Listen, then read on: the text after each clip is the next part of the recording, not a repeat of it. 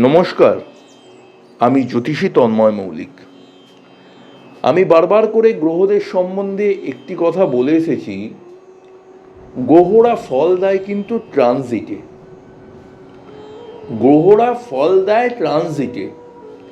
আপনার জন্মছকে লগ্ন অনুযায়ী যেটি আপনার শুভ গ্রহ, সেই গ্রহটি যদি ভালো প্লেসমেন্টে থাকে, ভালো নক্ষত্র পায়, ভালো ডিগ্রি পায় এবং গোচর ফলে যদি ট্রানজিটে যদি সেই গ্রহটি ভালো জায়গা দিয়ে পাশ করে, ভালো ঘর দিয়ে পাশ করে, পঞ্চম সপ্তম নবম একাদশ দিয়ে যদি পাস করে, ভালো নক্ষত্র পায়, তাহলে কিন্তু আপনাকে ভালো ফল দেবে।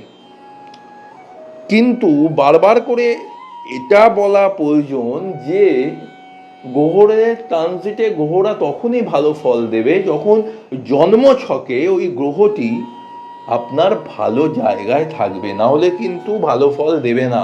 ট্রানজিটে সবাই ভালো ফল পায় না, তাহলে জন্মছকের কোনো মাহাত্ম্য থাকতো না, সবাই ভালো ফল পেত। জন্মছকে গ্রহটিকে আপনার ভালো জায়গায় থাকতে হবে।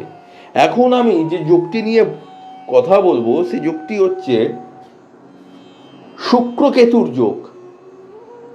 25শে আগস্ট 2024 শুক্র কন্যা রাশিতে প্রবেশ করছে। তাহলে কন্যা রাশিতে শুক্র কেতুর সঙ্গে যুক্ত হবে, কেতু ওই ঘরে আছে, সারা বছরই থাকবে।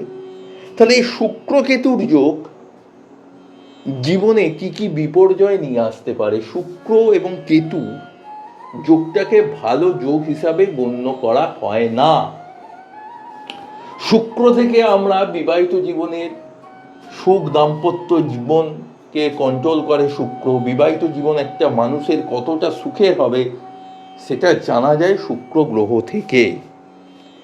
এবং শুক্র আমাদের শয্যা সুখ দেয়, শুক্র আমাদের লাক্সারি অফ লাইফ দেয়। শুক্র যদি ভালো না থাকে আমি কোনোদিনই বিশাল বড় জায়গায় কিছু অ্যাচিভ করতে পারবো না। গ্ল্যামারাস জগৎ, বিনোদন জগতে যারা নামজাদা হয়েছেন তাদের শুক্র প্রচণ্ডভাবে স্ট্রং।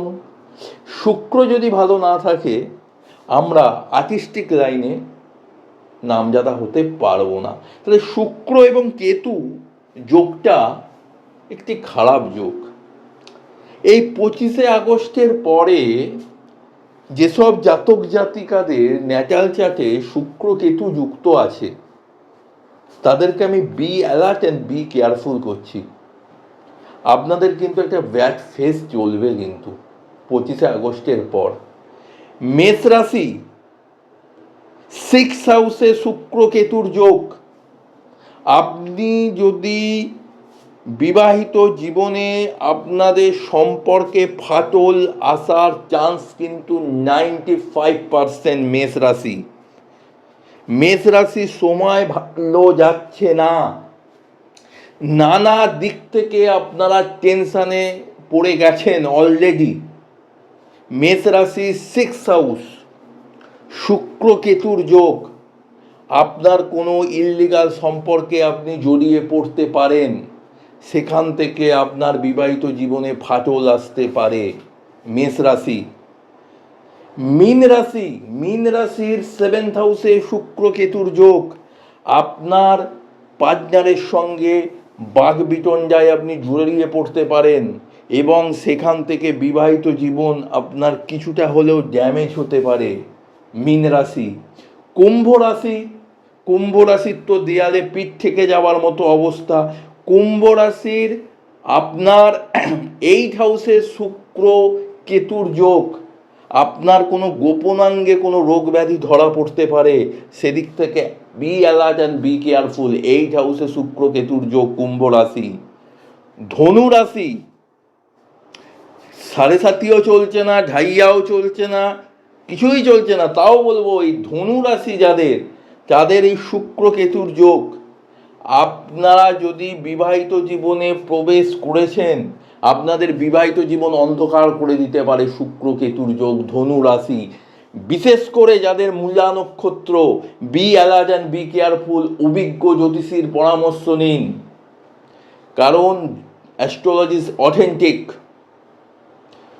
যদি আপনার তুলা রাশি হয় তাহলে আপনার দ্বাদশ স্থানে শুক্র কেতুর যোগ, আপনাকে মিথ্যে মামলায় কেউ ফাঁসিয়ে দিতে পারে, আপনি যে কাজ করেননি সে কাজের দায়ভার আপনাকে গ্রহণ করতে হতে পারে, চুরি বদনাম পেতে পারেন, এবং এমনকি শুক্র কেতু দ্বাদশ স্থানে আছে, আপনার স্ত্রী আপনার নামে মিথ্যে বদনাম দিতে পারে তুলা রাশি।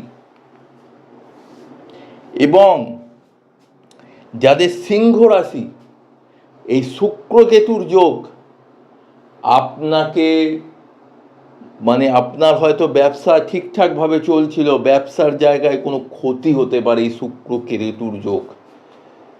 আমি অ্যালার্ট করব, যাদের ন্যাটাল চার্টে শুক্র কেতু এক ঘরে আছে তারা অভিজ্ঞ জ্যোতিষীর পরামর্শ নিন। যে যে রাশিগুলোর কথা বললাম সেই রাশিগুলোর খারাপ এইগুলো হতেই হবে, কারণ জ্যোতিষটা অথেন্টিক। বিশেষ করে আমি বলবো মেষ, কুম্ভ, মীন, ধনু, তুলা, এই রাশিগুলোর কিন্তু একটা ব্যাক ফেস চলবে 25শে আগস্টের পর। আপনারা আমাকে আগে যাচাই করুন, তারপরে যদি মনে করেন আমার প্রতি আপনাদের বিশ্বাসযোগ্যতা জন্মেছে বা আমার কাছে এসে আপনি হয়তো কিছুটা হলেও উপকার পেতে পারেন, তাহলে আপনি আমার সঙ্গে যোগাযোগ করতে পারেন। আমার নাম তন্ময় মৌলিক, আমার ফোন নাম্বার 8774233132। নমস্কার।